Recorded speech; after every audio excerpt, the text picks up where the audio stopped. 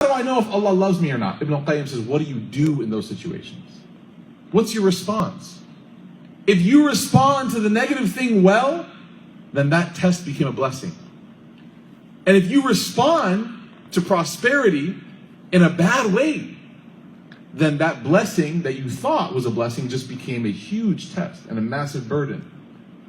So this is kind of trippy, because when you start to go through your mind and you think to yourself, man, every time something I want happens, I find myself being pushed away from Allah, not closer to Him.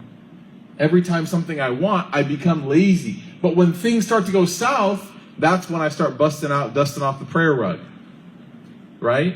I have a project due, that's when I'm waking up for Fajr. I have, an exam or whatever I have to give for my master's course or whatever it might be. That's when I'm reading Quran. That's when I'm listening to Quran.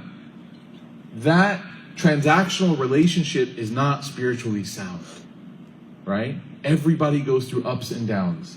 How do you respond? That dictates who you are.